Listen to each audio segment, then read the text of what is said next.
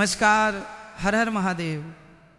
क्या आपने कभी गौर किया है कि भगवान शिव को बड़े बड़े और सुंदर फूलों की तुलना में एक साधारण सा बेलपत्र इतना प्रिय क्यों है?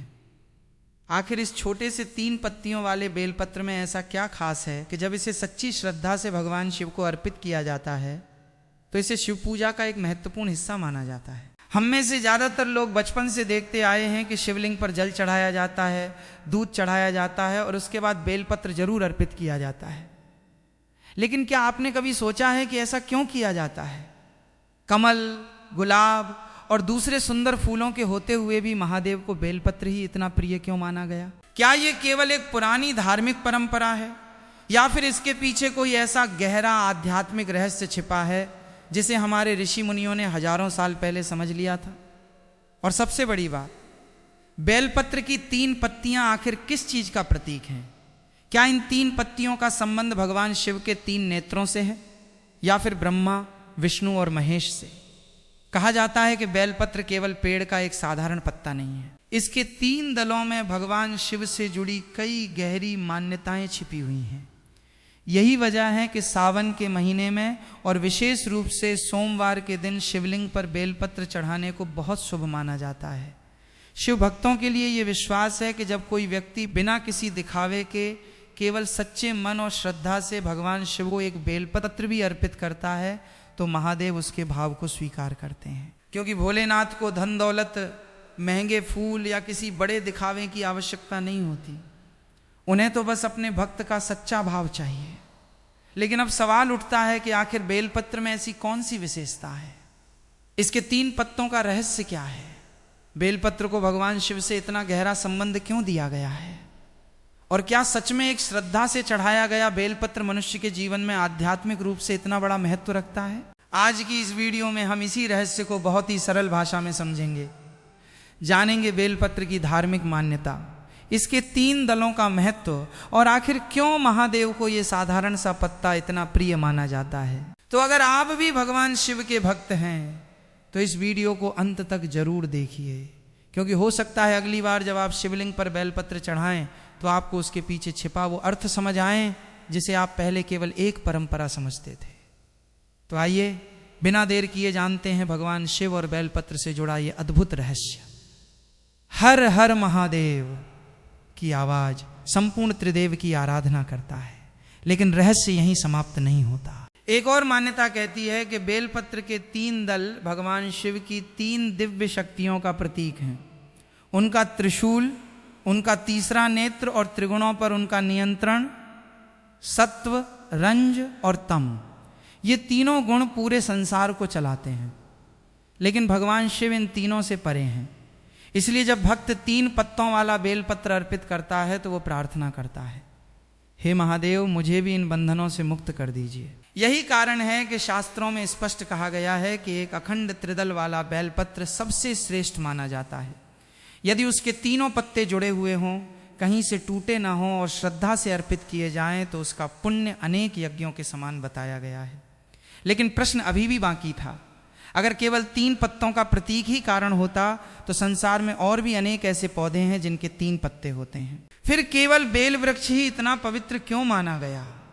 इस प्रश्न का उत्तर एक ऐसी दिव्य कथा में छिपा है जिसका संबंध स्वयं माता लक्ष्मी और माता पार्वती से जोड़ा जाता है। पद्म पुराण की एक प्रसिद्ध मान्यता के अनुसार एक समय माता लक्ष्मी ने भगवान शिव की कठोर तपस्या की। वे चाहती थीं कि संसार के सभी प्राणियों को ऐसा सरल साधन मिले जिससे वे बिना बड़े यज्ञ और कठिन अनुष्ठानों के भी भगवान शिव की कृपा प्राप्त कर सकें। हजारों वर्षों की तपस्या से प्रसन्न होकर भगवान शिव उनके सामने प्रकट हुए और बोले, देवी वर मांगो। माता लक्ष्मी ने कहा, प्रभु मैं ऐसा वर चाहती हूँ कि पृथ्वी पर रहने वाला कोई भी साधारण मनुष्य केवल सच्ची श्रद्धा से आपकी पूजा कर सके और आपकी कृपा प्राप्त कर सके। भगवान शिव ने कुछ क्षण ध्यान लगाया और फिर मुस्कुराते हुए बोले, तथास्तु। उसी क्षण माता लक्ष्मी की तपस्या की दिव्य ऊर्जा से पृथ्वी पर एक अद्भुत वृक्ष प्रकट हुआ।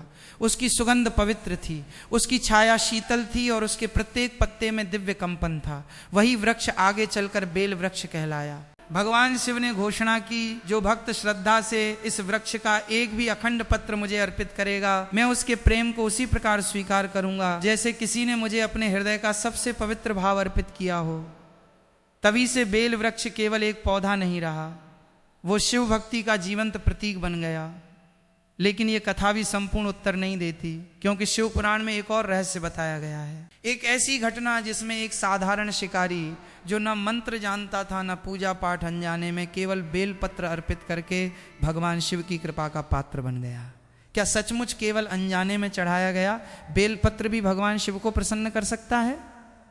और कैसे एक हिंसक शिकारी को उसी बेलपत्र ने मोक्ष का अधिकारी बना दिया? यही अद्भुत कथा हम अगले भाग में जानेंगे। शिव पुराण और अनेक प्राचीन शैव परंपराओं में एक प्रसिद्ध कथा मिलती है जिसे बेलपत्र की महिमा का सबसे बड़ा प्रमाण माना जाता है। बहुत समय पहले एक घने जंगल के पास एक शिकारी रहता था। उसका पूरा जीवन शिकार करने में बीतता था। पशुओं की हत्या करके ही वो अपने परिवार का पालन पोषण करता था। उसे न वेदों का ज्ञान था, न धर्म ग्रंथों का, न पूजा पाठ का। भगवान शिव का नाम तक उसने कभी श्रद्धा से नहीं लिया था। एक दिन संयोगवश सावन का महीना चल रहा था। पूरे दिन जंगल में भटकने के बाद भी उसे कोई शिकार नहीं मिला। धीरे धीरे सूर्य अस्त हो गया, अंधेरा बढ़ने लगा। जंगल में हिंसक पशुओं की आवाजें गूंजने लगीं।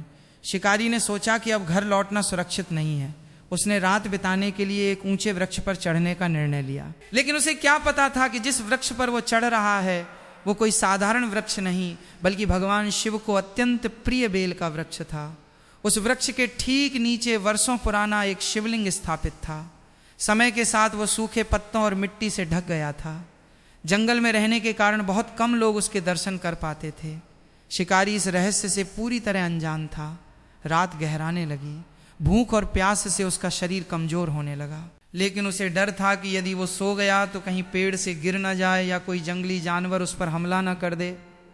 नींद भगाने के लिए वो बार बार वृक्ष की डालियों से बेलपत्र तोड़कर नीचे गिराने लगा। उसे बिल्कुल भी नहीं पता था कि वे सभी बेलपत्र सीधे शिवलिंग पर गिर रहे हैं। रात का पहला प्रहर बीत गया। उसी समय एक गर्भवती हिरणी पानी पीने के लिए वहां पहुंची। शिकारी ने धनुष पर बाण चढ़ाया। हिरणी ने उसकी आहट सुन ली। उसने शांत स्वर में कहा, हे मनुष्य, मैं गर्भवती हूं, मुझे अपने बच्चों को जन्म देने दो। मैं वचन देती हूं कि उन्हें सुरक्षित छोड़कर वापस आऊंगी। यदि तब भी तुम मुझे मारना चाहो तो मैं स्वयं तुम्हारे सामने खड़ी हो जाऊंगी। शिकारी पहले तो हंसा। उसे लगा कोई पशु भी वचन निभाता है क्या, लेकिन न जाने क्यों उसके भीतर पहली बार करुणा जागी। उसने हिरणी को जाने दिया। समय बीतता गया। नींद से बचने के लिए वो फिर बेलपत्र तोड़ता रहा और वे सभी शिवलिंग पर गिरते रहे। कुछ देर बाद दूसरी हिरणी आई। उसने भी अपने परिवार से मिलने की अनुमति मांगी। फिर तीसरी आई। फिर एक हिरण आया। सभी ने लौटने का वचन दिया। आश्चर्य की बात यह थी कि प्रत्येक बार शिकारी का हृदय पहले से थोड़ा और बदलता गया।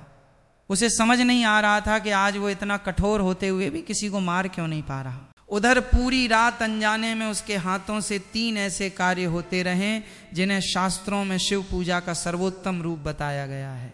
पहला, उसने पूरी रात उपवास किया। दूसरा, पूरी रात जागरण किया। और तीसरा, लगातार बेलपत्र शिवलिंग पर अर्पित करता रहा।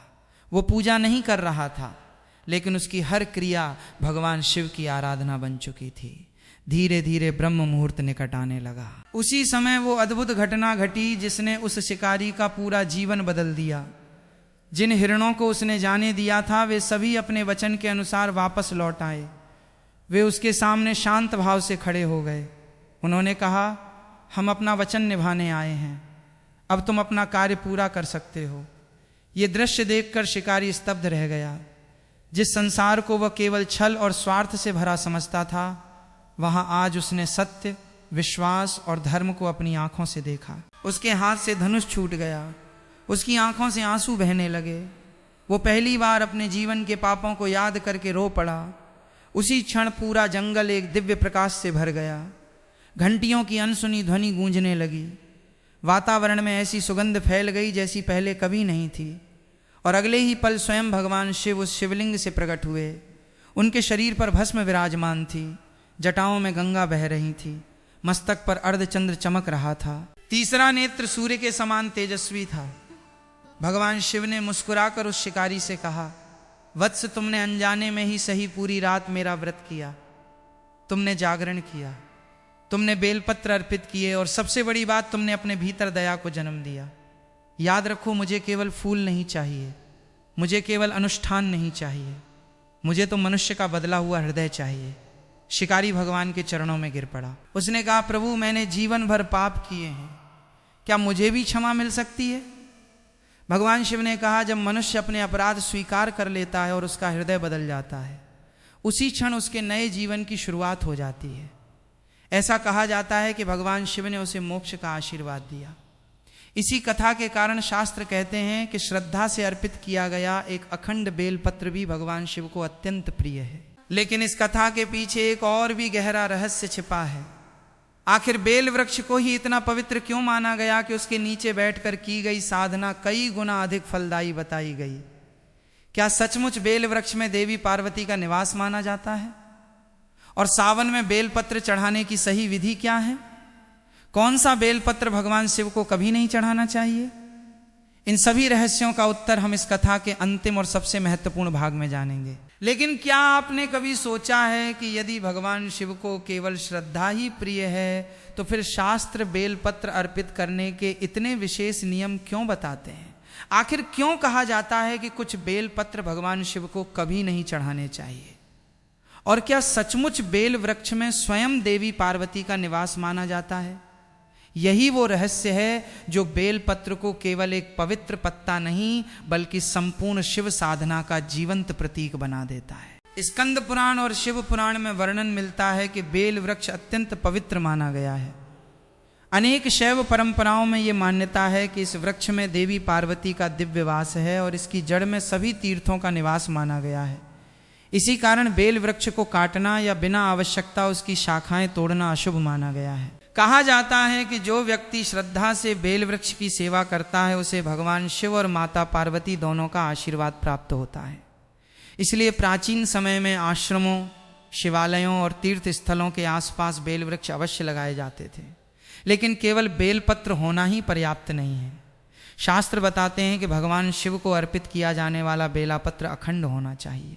उसके तीनों दल जुड़े हुए हों, वो कीड़ों द्वारा खाया हुआ ना हो, सूखा हुआ ना हो और फटा हुआ ना हो, क्योंकि ये केवल पत्ता नहीं बल्कि भक्त की श्रद्धा का प्रतीक माना जाता है। एक और बात बहुत कम लोग जानते हैं, बेलपत्र अर्पित करने से पहले उसका चिकना भाग शिवलिंग की ओर रखने की परंपरा प्रचलित है। साथ ही यदि उस पर थोड़ा सा जल छिड़ककर शिवाय का स्मरण करते हुए अर्पित किया जाए तो पूजा और भी शुभ मानी जाती है। लेकिन यहाँ एक बात समझना अत्यंत आवश्यक है। कई लोग सोचते हैं कि यदि उनके पास बेलपत्र नहीं है तो भगवान शिव उनकी पूजा स्वीकार नहीं करेंगे। ये धारणा शास्त्रों के अनुसार सही नहीं है। तो भक्तों, अगली बार जब आप भगवान शिव को बेलपत्र अर्पित करें तो इसे केवल एक पत्ता समझकर अर्पित न करें।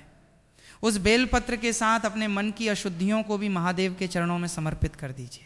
अपने भीतर के अहंकार को छोड़ने का संकल्प लीजिए, क्रोध को शांत करने का संकल्प लीजिए और अपने विचारों, वचनों और कर्मों को पवित्र बनाने का प्रयास कीजिए। क्योंकि भगवान शिव को दिखावे की नहीं, सच्चे भाव की आवश्यकता है। आपके पास चढ़ाने के लिए बहुत कुछ हो या कुछ भी ना हो, यदि आपके हृदय में सच्ची श्रद्धा है तो महादेव की कृपा पाने के लिए वही सबसे बड़ा धन है। जब भी आप शिवलिंग पर बेलपत्र चढ़ाएं, कुछ क्षण के लिए अपनी आंखें बंद करके महादेव का ध्यान करें और मन ही मन कहें, हे भोलेनाथ, मेरे जीवन से अज्ञान का अंधकार दूर कर दीजिए। मेरे मन से अहंकार, क्रोध, लोभ और मोह को समाप्त कर दीजिए। मेरे विचारों को पवित्र, मेरे वचनों को सत्य और मेरे कर्मों को धर्म के मार्ग पर चलने योग्य बना दीजिए। जब भी मेरा मन विचलित हो, मुझे आपका स्मरण हो और जीवन की हर परिस्थिति में मेरा विश्वास आप पर बना रहे। यही बेलपत्र की सबसे सुंदर सीख है। भगवान को पाने के लिए संसार की बड़ी बड़ी वस्तुओं की आवश्यकता नहीं होती। आवश्यकता होती है तो केवल सच्चे मन, निर्मल भावना और अटूट विश्वास की। इसलिए सावन में जब भी आप च नमः शिवाय का जाप करें, शिवलिंग पर जल अर्पित करें या बेलपत्र चढ़ाएं, तो केवल पूजा की एक विधि पूरी न करें बल्कि अपने जीवन को भी महादेव के बताए सत्य, संयम और भक्ति के मार्ग पर ले जाने का प्रयास करें। कहा जाता है कि जहाँ सच्ची श्रद्धा होती है वहाँ महादेव की कृपा अवश्य होती है। इसलिए विश्वास रखिए, भक्ति बनाए रखिए और अपने मन में हमेशा महादेव का स्मरण रखिए। अगर आपको भगवान शिव से जुड़ी ऐसी पौराणिक रहस्यमयी और ज्ञानवर्धक बातें सुनना पसंद हैं तो वीडियो को लाइक ज़रूर करें और कमेंट में श्रद्धा से लिखें ता नमः शिवाय। और ऐसी ही रोचक एवं भक्तिमय कथाएं और सनातन धर्म से जुड़े रहस्य लगातार देखने के लिए चैनल को सब्सक्राइब करें। वीडियो को अपने परिवार और शिव भक्तों के साथ जरूर शेयर करें ताकि महादेव की भक्ति और ये ज्ञान अधिक से अधिक लोगों तक पहुंच सके। इसी विश्वास के साथ कि भोलेनाथ की कृपा आप और आपके पूरे परिवार पर सदैव बनी रहे, आपके जीवन के सभी दुख दूर हों, आपके घर में सुख शांति और समृद्धि का वास हो।